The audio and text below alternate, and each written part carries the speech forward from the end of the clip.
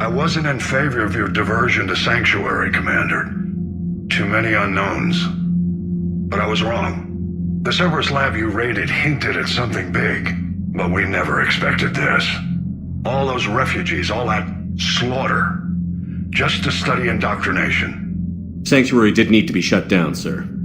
What they learned about the Reapers wasn't worth all those lives. It's useful intel, Commander, but you're right. The cost was too high. Do we have a location on the elusive man? Yes. We had a tracer on Kai Lang when he reported back. Good. That gives us a fighting chance to take Cerberus out of this war. Agreed. We need to end Cerberus and focus on the Reapers. My thoughts exactly. Hack it out.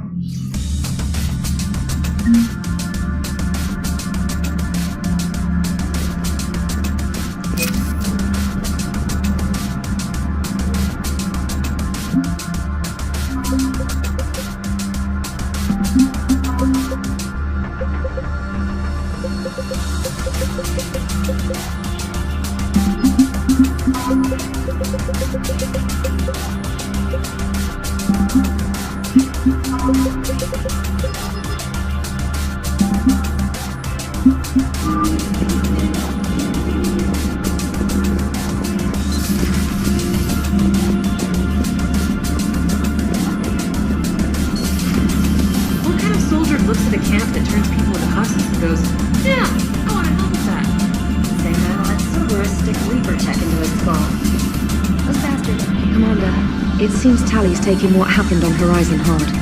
She's in the lounge if you want to check on her. The Alliance has issued warnings about Sanctuary. Cerberus bastards. Horizon was my home. Just tell me you're going to take Cerberus down. Cerberus is already dead. They just don't know it yet. And when their base is nothing but a smoking crater, remember that you're the one who helped us find them. Thanks. Commander?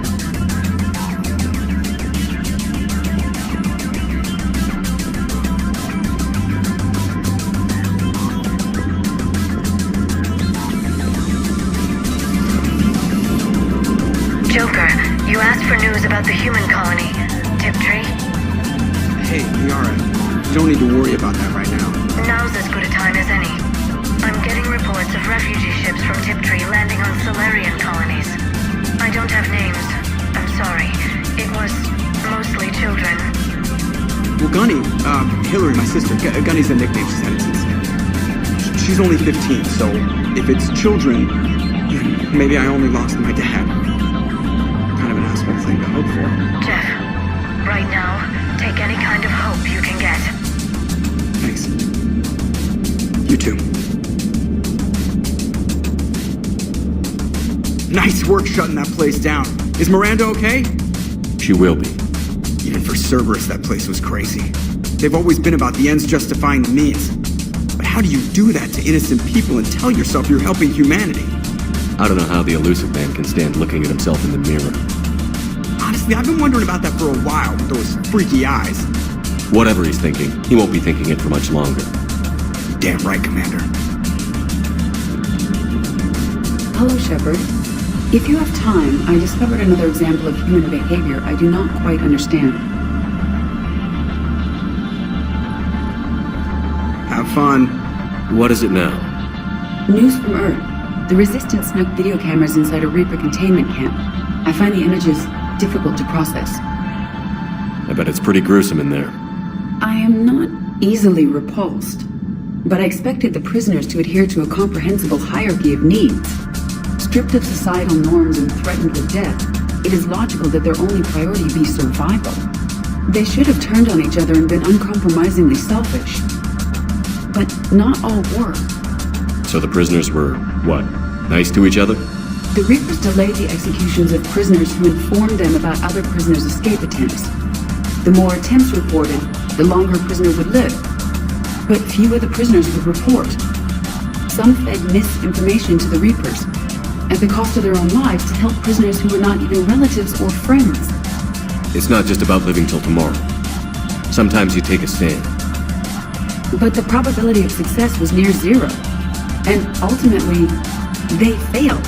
No prisoners escaped. Are you saying submission is preferable to extinction? My primary function is to preserve and defend it. No, I disagree.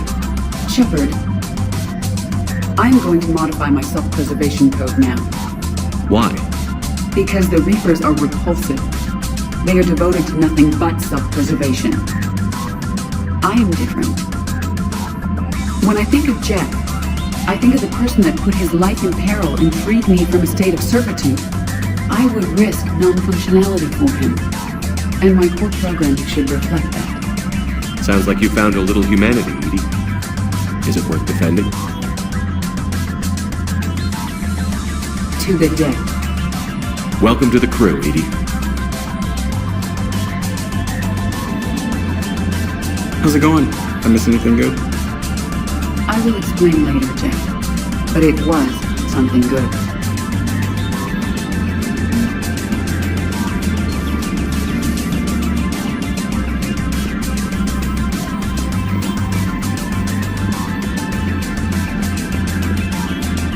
You've got new messages, Commander.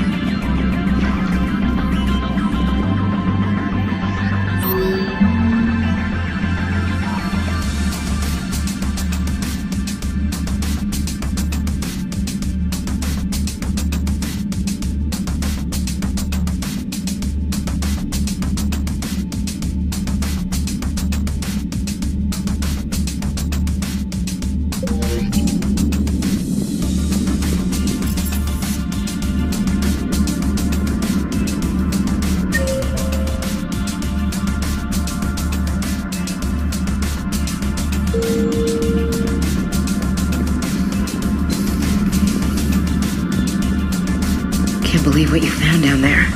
The whole thing was so calculated, using hope to lure people to their deaths, or worse. I can't understand it.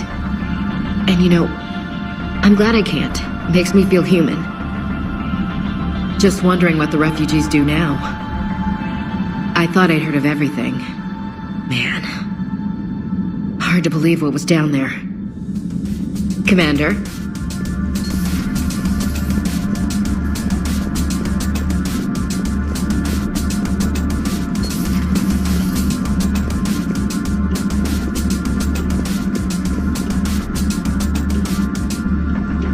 Shepard! Want a drink? I'm toasting Miranda, I think. How are you getting drunk? Very carefully.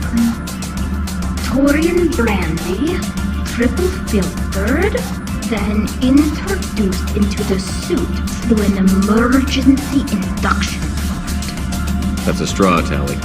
Emergency induction port. Actually getting a little harder to get it into the slot. I think that means it's working. She was so rude. What did Jack call her? Cerberus cheerleader? With her perfect genes and that attitude and still, she got it done. She stopped her father. I didn't realize this would be so hard. I didn't like her. Keela, she was such a bitch. But I respected her. Sometimes that's better than liking. She did whatever it took to stop her father. She never gave in to him. Never changed herself to please him.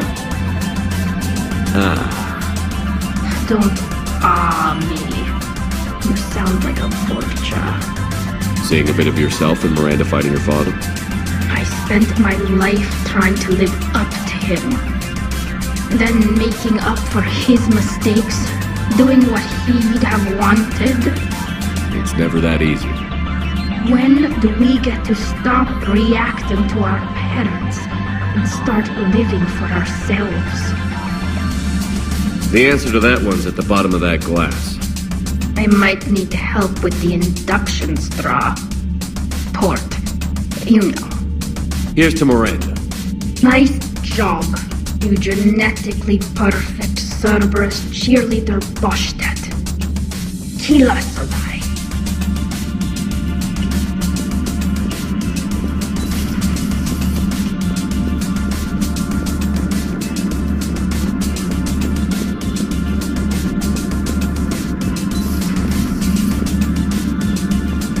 Hello, Commander.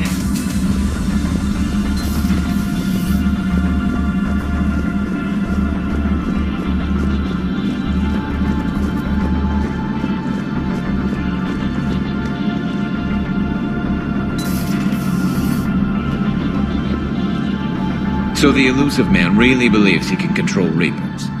Husks are one thing, but a whole fleet? The man is insane. A lot of Turians went to Sanctuary. When I meet the elusive man, I'm going to carve their names into his skull.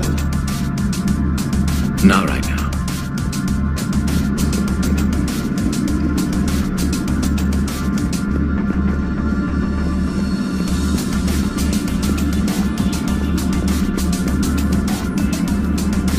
Excellent find, Commander. The Information Network terminal has been updated.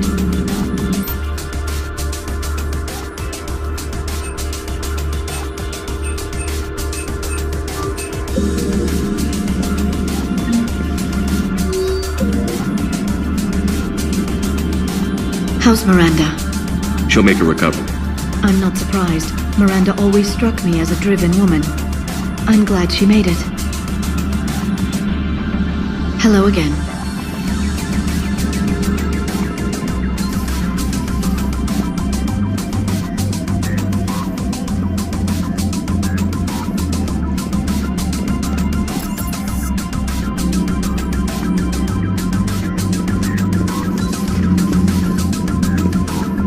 Breaking now, Alliance Marines uncover the worst Cerberus war crimes to date.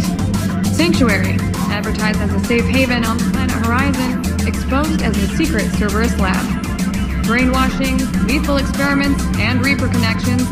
The exclusive details next in the battle space. Commander.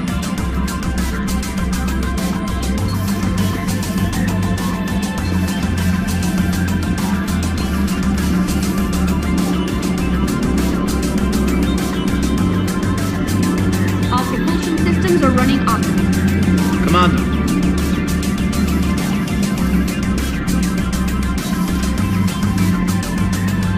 I heard about your talk with Liara.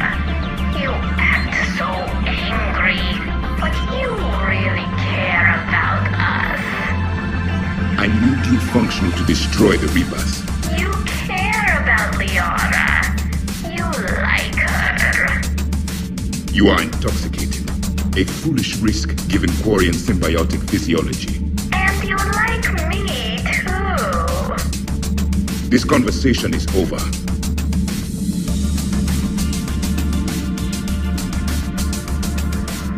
Looks familiar.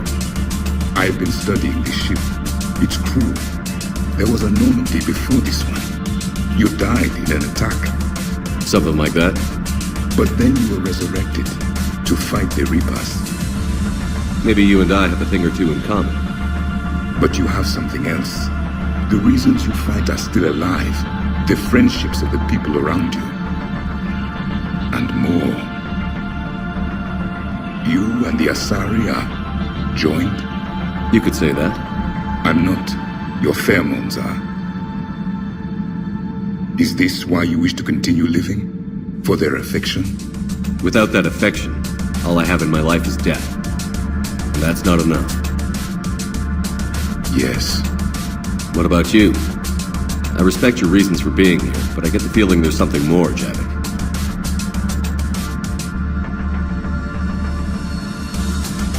What's in here? It is called the Echo Shard. Passed from soldier to soldier, Prothean to Prothean. Each adds their memories to it. Like a beacon. How far back does it go? To a time before the Reapers. It is all that is left of my people. And you don't want to remember that? Imagine if everyone you knew was dead. You could not remember their faces, or the color of the sky above your home. The memories were gone, but so was the pain. Would you want to remember that, Commander? Even if it meant watching everyone die again? If I had something like this, seeing Earth again, whole, with everyone still alive, that would be worth the pain.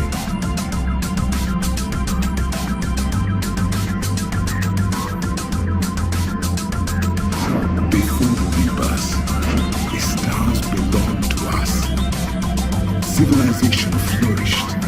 There was the quasar fortress of the Normandy Vale, the ice canals of Judah IV, the palisades of the Verome Angelic. It was magnificent. But then...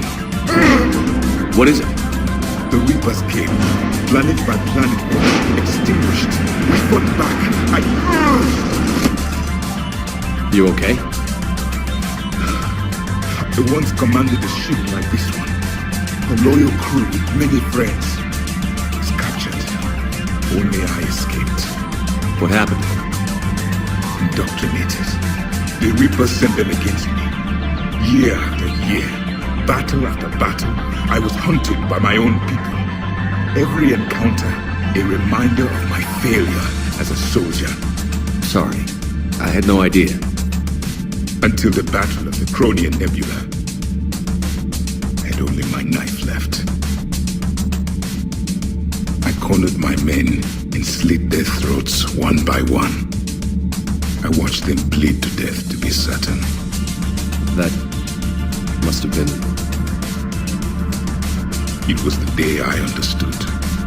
War is atrocity committed in the name of survival. It is a lesson I wish I had never learned.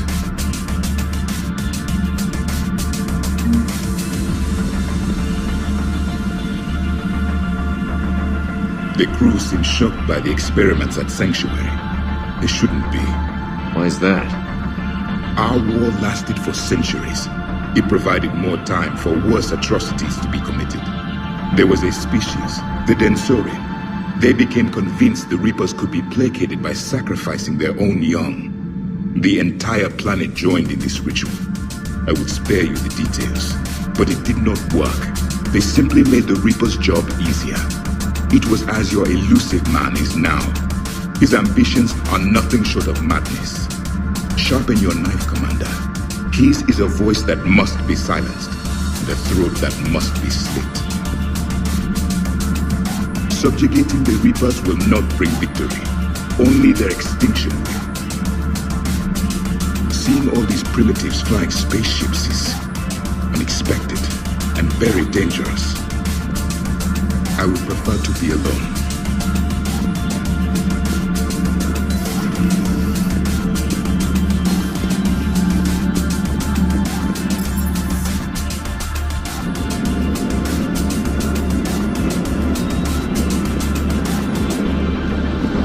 Just got word from Miss Sato. She arrived at the Alliance research facility safe and sound. And I hear Esteban got to play the hero with a damsel in distress. You know me and my damsels, Mr. Vega? That I do. Diagnostics flagged excessive wear on a transducer. Replacing just in case. Everything is in order.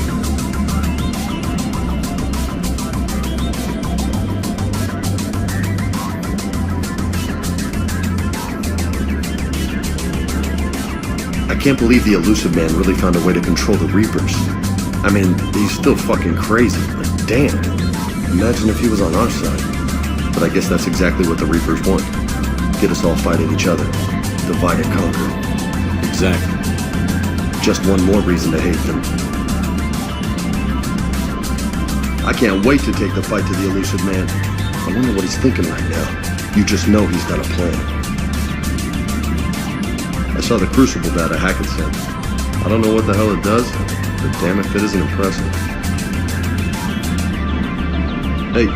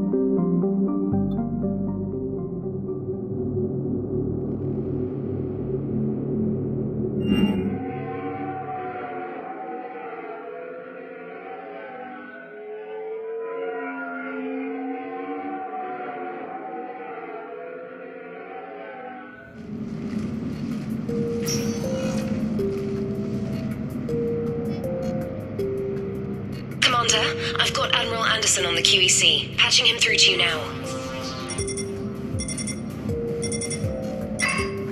Shepard. Admiral, how are you holding up? Day by day, Commander. Yeah. Hackett sent me a message about this apartment. I want you to have it. Take it off my hands. Are you serious? You need a place that's yours. Somewhere to recharge, clear your head. Kaylee wanted us to settle down there. Thing is, the longer I'm on Earth, the less I want to leave. And I want as few loose ends out there as possible. Like I said, you'd be doing me a favor. That's very generous. It's practical. We need you in the best shape possible. Rested. Focused. If you say so. Thank you. And make yourself at home, damn it. It's yours now. I'm sure I can manage. Okay, good. Been meaning to do that for a while. I'll talk to you soon. Be careful out there, Anderson. You too, Shepard.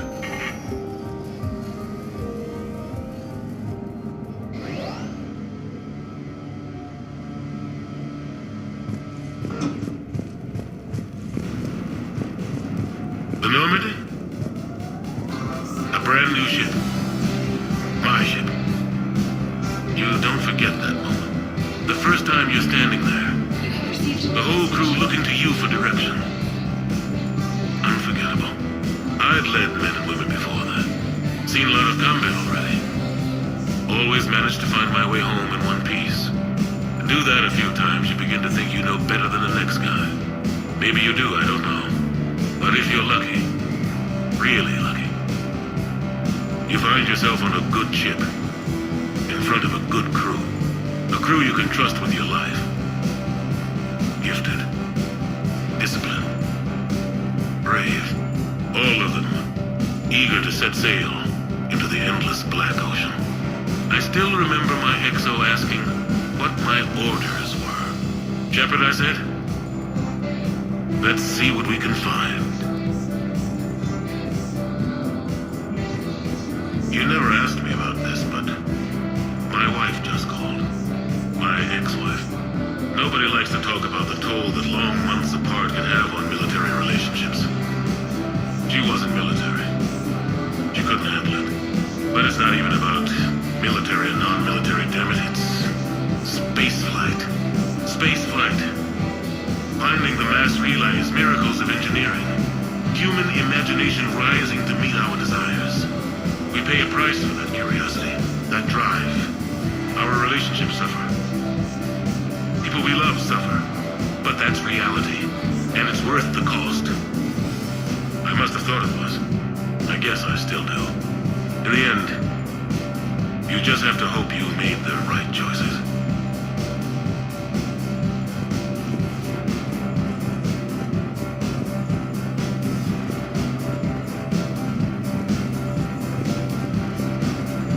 Embarrassing moments?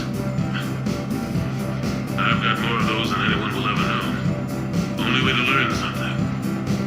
But if I had to pick one to share, I had just gotten promoted to N7. Full of myself, king of the castle. Found myself buying drinks for undesirables in some rundown bar in the wards. They toasted my recent promotion. Hell, they would have toasted Batarian slavers if it had got them more drinks. About the time my money ran out, my new friends turned on me. I was outnumbered. Things didn't look good.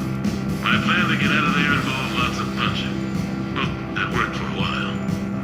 Then a table hit me. Or I fell down. When I came to, I saw a Solarian putting the rest of the troublemakers down.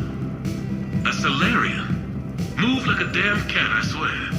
When everybody was out cold. Or running. He walked over and helped me up. N7, he asked. Yes, sir, I replied. He looked over my collection of unconscious friends, nodding. Not bad, human, he said. Then he walked away. I had met my first Spectre. Learned an important lesson that day. No matter how good you think you are,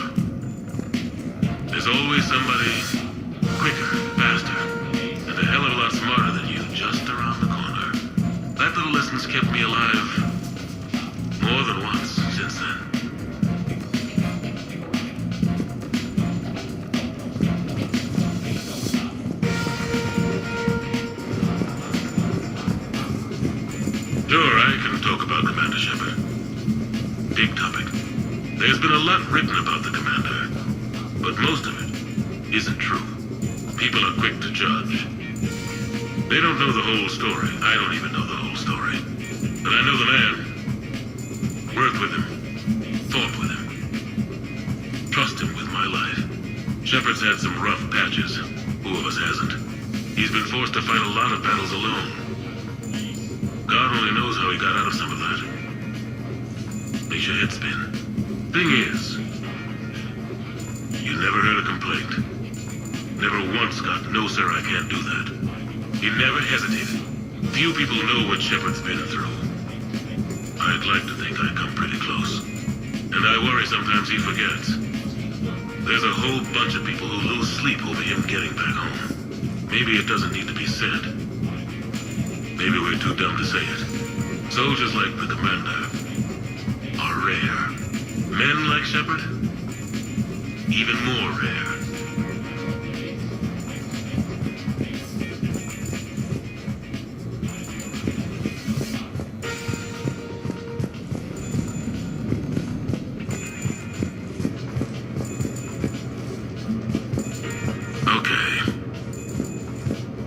Your new questions here. As a leader, do I ever feel that the end justify the means?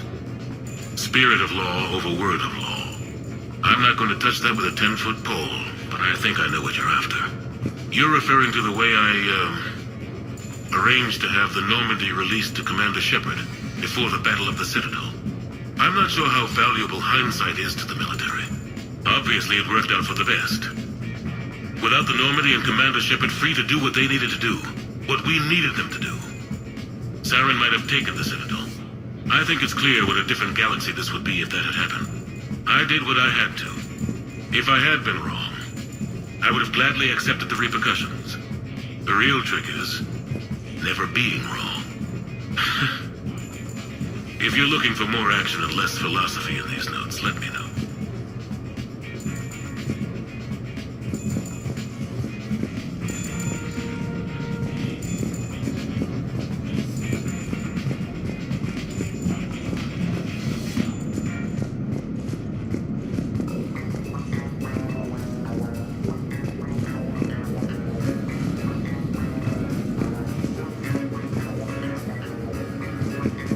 You asked me to talk about the SSV Normandy, the Normandy SR-1.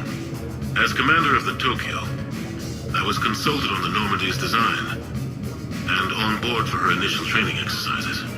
The average person probably doesn't know that the Normandy was a joint project with the Taurians. Acting CO, Eli Xander, was no diplomat. She ran out of patience with Taurian posturing and politicking during construction.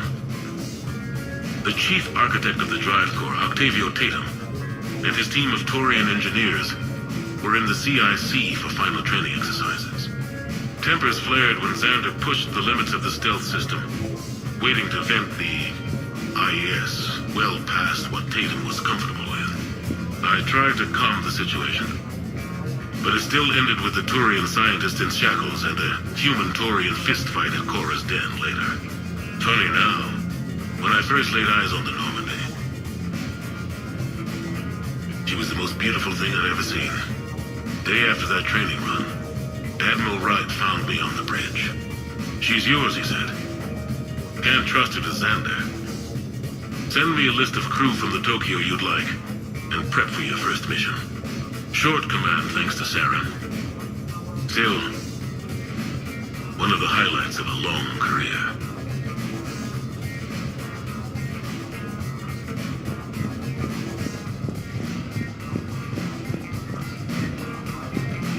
Taurians?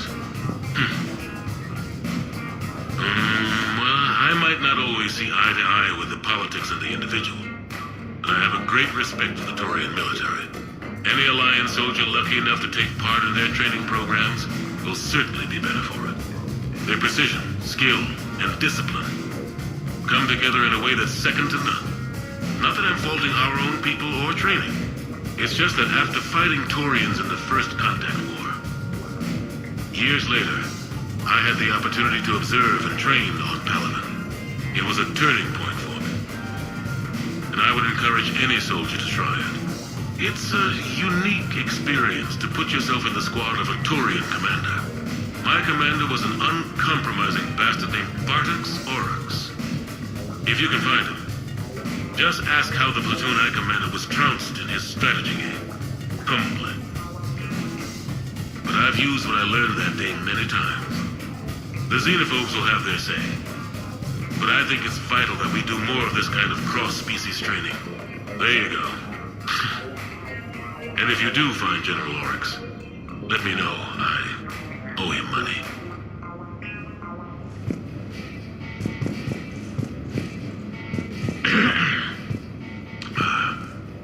Okay. So, Tombstone data. Admiral David Edward Anderson. Not sure why anybody would be interested, but thanks for asking. I was born in London, June 8th, 2137. The last of 3 children born to Ursula and Paul Anderson. A nurse and a flight mechanic, respectively. But that's a little dry. And someone's gonna spice this up, right? Never been much for the spotlight. Anyway, where was I? It was a second marriage for my parents. They were almost 50 by the time they had me. My mother worked shifts, so my father would often take me to the base. While he worked, I watched transport ships and fighters take off. Worked his whole life around space travel, my father. But he never left Earth. Not for a day. He was a good man. But that's just a side note. Don't put that in. Who is it, Kaylee? Yes, I need to take that. I hope this is what you're after. I'll get to the more interesting N7 stuff next time.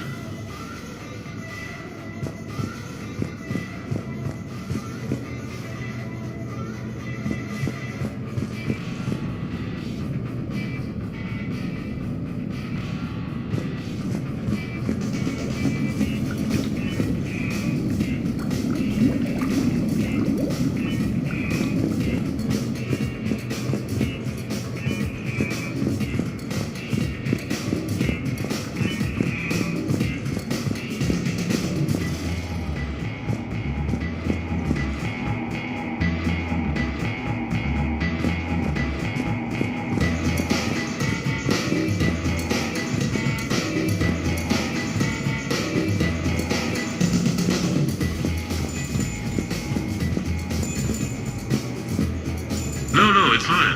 I got a few minutes. First contact war? Yeah, I was there. My first real combat. First for a lot of us. I remember one night early in the war, strapped to my seat as our transport approached the LZ. Everyone was dead silent. Just the sound of breathing. Good men. I trained with all of them. We were always joking and horsing around, but not this time. Just the rattle of the shuttle. And that heavy breathing. Everyone was thinking the same thing. We're off to fight alien invaders. Aliens. Think about that. We all grew up wondering what was out there. If we were alone in the universe. Now we knew. We weren't alone. And we were in trouble. So there we were. About to face an enemy as different and unknown as we could imagine. I knew I had to say something, keep the men relaxed. So I turned to the soldier beside me, Hendricks, I think, and asked him how his mother was doing. Fine, he said. Why? Because I heard your mama so ugly the Marines thought she was a Turian. Almost shot her. I got a few smiles. Then Hendricks turned to me and said, Hell, Anderson, I heard it was a picture of your mama that started this goddamn war in the first place. Scared the Turians shitless. Everyone had a good laugh at that. And the boys fought great that night. Sometimes that's all it takes. A joke, a pat on the back. Just a little reminder that everything's gonna be okay.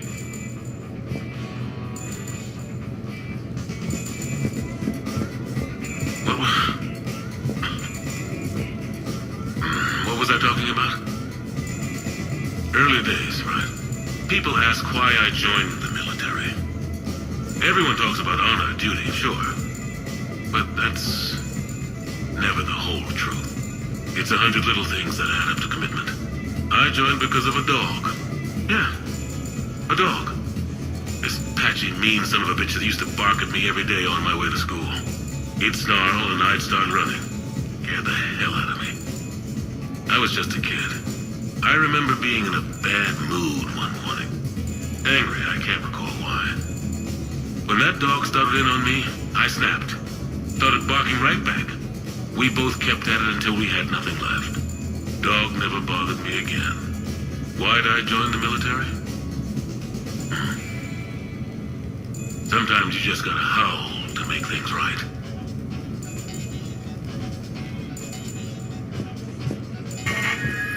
A few months ago, I had a chance to sit down with one of Earth's most decorated soldiers, Admiral David Anderson. He was kind enough to answer my questions and talk about his career. Today, the Admiral is on Earth, leading the defense of our home against the Reapers. We have no communication with him or any soldiers on Earth, but we can't forget what they're doing for us. Tonight's show is dedicated to all of the soldiers out there, fighting and dying to keep us safe. Admiral Anderson, today marks the 30th anniversary of the N7 program. Can you describe your first day of training in this now famous program? The Interplanetary Combatives Training Program is all business from day one. How so?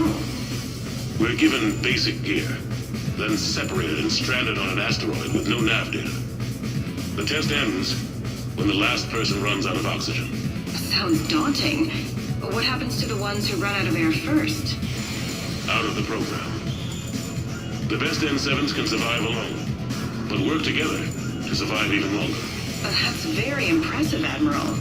Deep space survival training. That has to be so difficult. All of it would take such strength of character. Well, just plain strength. But then you seem like a strong person. I'm sorry. Is there a question in there? Well, does the program make the man, or do you think you were born for this? It's a bit of both, I suppose. Every soldier reaches a point in their career, sometimes more than once, when they are asked to give more than they ever thought they could. That moment is the test. I've seen men and women, almost sure to fail, persevere long past the point of breaking. That experience changes them. Others, with all the gifts and abilities, fail in that moment. Sometimes they pick themselves up and carry on. Sometimes they're just done. What about you? What was your moment? I've had a few, none of which I'd like to share. But I think the toughest tests are still ahead of me. What makes you say that? Call it a hunch. Soldier's intuition? Something like that.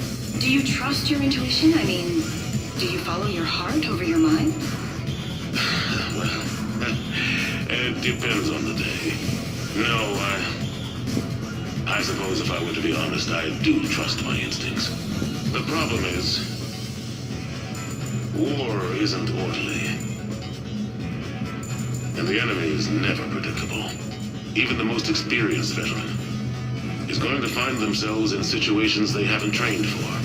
In those instances, and there's more than I'd like to admit, your instincts are the only thing keeping you alive. That, and the men and women you're fighting beside. But soldiers are only as good as their leader, isn't that true? Yeah. A good leader can make an okay squad great. A bad leader, well, war tends to make examples of them. What makes a good leader, then?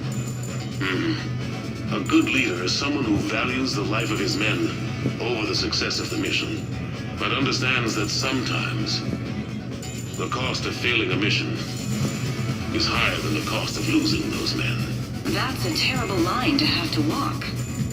Yes, it is. But war is a terrible thing. Thank you for your time, Admiral. Thank you. The remainder of this interview was to take a more personal look at Admiral Anderson's life. It wasn't finished when the Reapers invaded. We can only hope that the Admiral and the soldiers under his command survive to tell us the rest of their stories. I'm Khaleesa Al-Jilani. Thank you for watching.